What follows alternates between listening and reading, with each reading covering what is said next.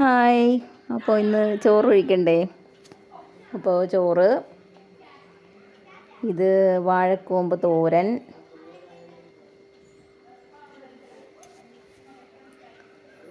പിന്നെ ഇത് ചക്കവിയൽ,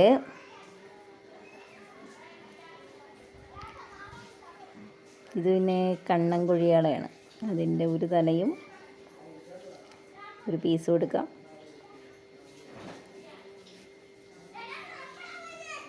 സാമ്പാർ.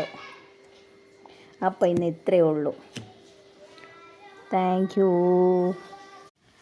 പഴംപൊരി ഉണ്ടാക്കാനായിട്ട് മൈദയിൽ കുറച്ച് അരിപ്പൊടിയും കുറച്ച് പഞ്ചാര, ഇച്ചിരി ഉപ്പും ഇച്ചിരി സോഡാപ്പൊടി ഇട്ട് മിക്സ് ചെയ്തതിനകത്ത് നമ്മുടെ ഏത്തപ്പഴം ഇങ്ങനെ മുക്കി പൊരിച്ച് എടുക്കണം. അപ്പോൾ നമ്മുടെ പഴംപൊരി റെഡി ആയിട്ടുണ്ട്. അപ്പോൾ ഇതൊന്നും ആർക്കും പറഞ്ഞു തരേണ്ട ആവശ്യമൊന്നുമില്ലല്ലോ, എല്ലാവർക്കും അറിയാമല്ലോ. അപ്പോൾ പഴംപൊരി സെറ്റാവുന്നുണ്ട്. അപ്പോൾ അതിൻ്റെ കൂടെ തന്നെ നമ്മൾ ഉണ്ണിയപ്പം കൂടെ ഉണ്ടാക്കുന്നുണ്ട് കേട്ടോ. അപ്പോൾ ഇത് രാവിലെ മിക്സ് ചെയ്ത് വെച്ച അരിപ്പൊടിയാണ്. വറുത്ത അരിപ്പൊടിക്കകത്ത് ശർക്കര പാനി അയച്ച് ഒഴിച്ച് അതിനകത്ത് നമ്മുടെ മറ്റേ പച്ചച്ചിങ്ങൻ പഴം ഉണ്ടല്ലോ, അതും കൂടെ അരച്ച് ചേർത്തിട്ട് പിന്നെ കുറച്ച് തേങ്ങാക്കൊത്ത് മൂപ്പിച്ചിട്ടത് മാത്രമേ ഉള്ളൂ. പിന്നെ എള്ളും ഇട്ടിട്ടുണ്ട്. അത് രാവിലെ മിക്സ് ചെയ്ത് വെച്ച് കഴിഞ്ഞാൽ ഉച്ചയൊക്കെ ആകുമ്പോൾ നമുക്ക് നല്ലോണം ഉണ്ണിയപ്പം ഉണ്ടാക്കിയെടുക്കാം.